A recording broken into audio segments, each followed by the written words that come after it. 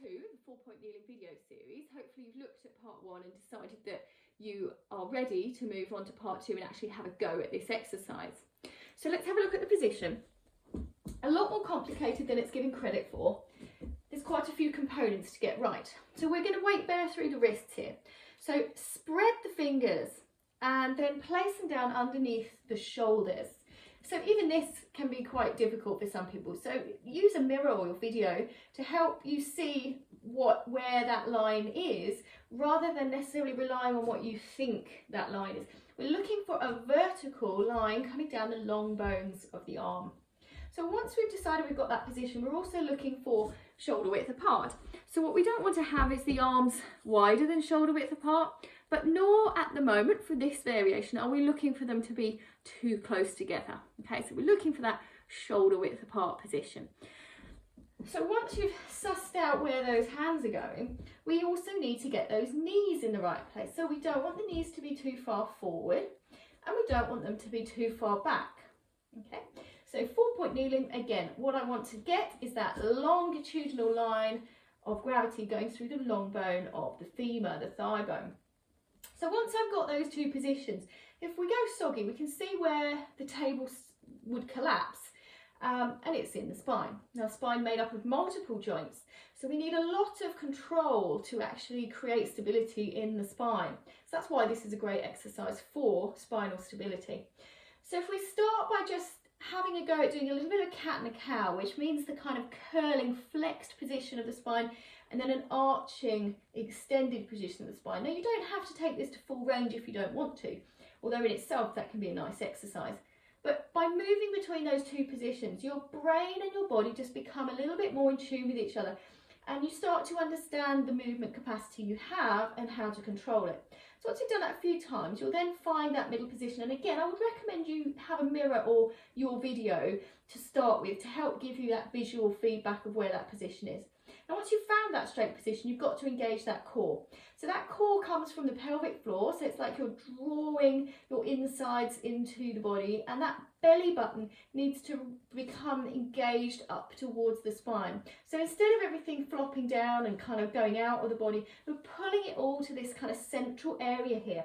And I like to think of that a bit like a kind of black hole, just sucking everything in towards your center and just tightening all the connections in the body. So once that's switched on and you've found that nice long spinal position, quite often what I will see is the shoulders sinking.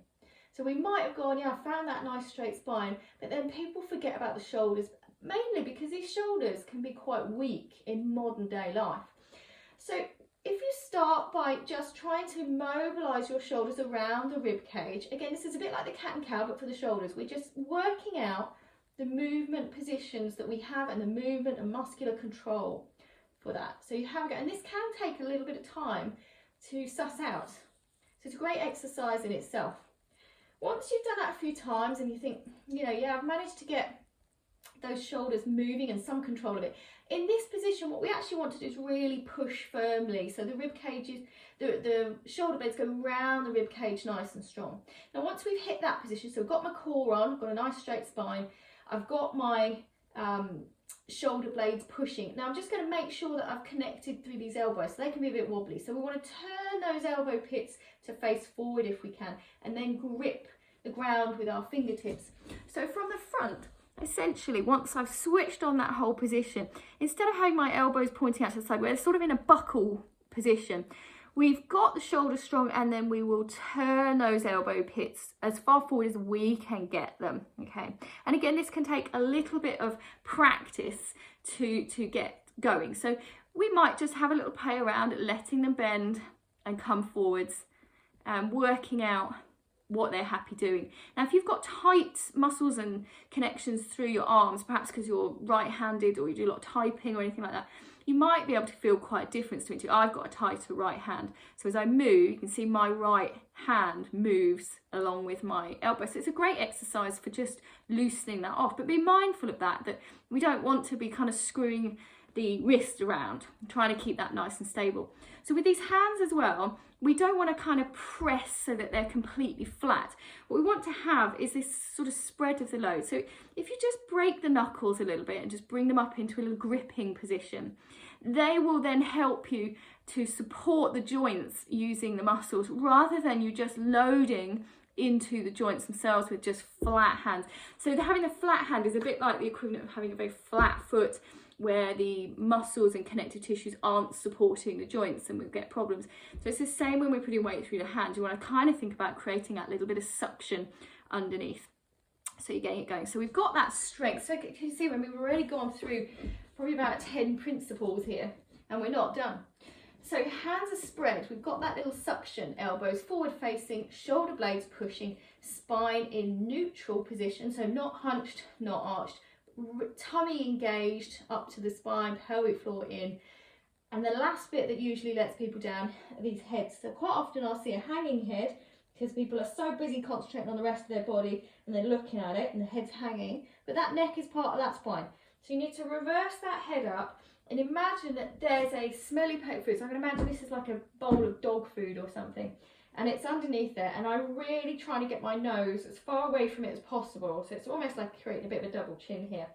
And but you want to imagine that you're in a school classroom, and the head teacher, it's an old-fashioned head teacher, and they're like stomping around, and you will not make eye contact with them. So you don't want to look up, but you don't want to have your head anywhere near that smelly plate of food.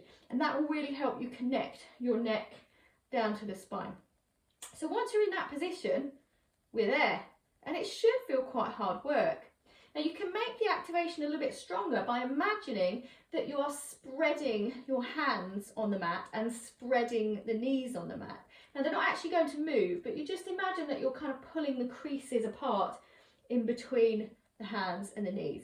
And by doing that, once you're in that shape, you'll feel the muscle connection through the body and start to feel maybe some warmth, some blood flow, and a bit of fatigue perhaps kicking in.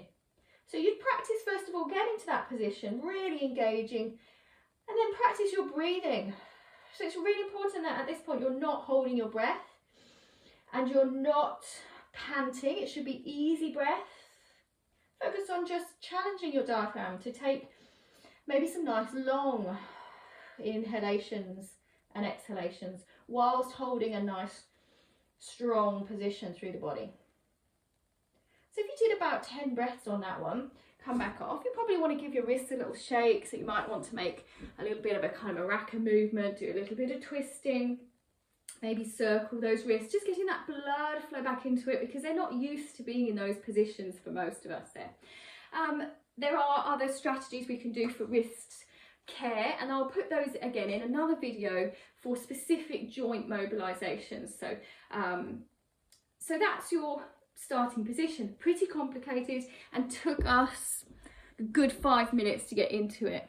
Okay, so I cannot emphasize enough how important it is that you start to be able to nail that position so that you can get into it quicker, but know that you've managed to get all those principles in place. So I hope you found that video useful. Please, please, please do have a go. This is an exercise that I just think is underrated, but very, very valuable to us. Once you've had a go with that one, you can move on to part 3, where we're going to start to do some variations of the 4-point kneeling and turn it into a bit more of a dynamic exercise. Okay, see you in part 3.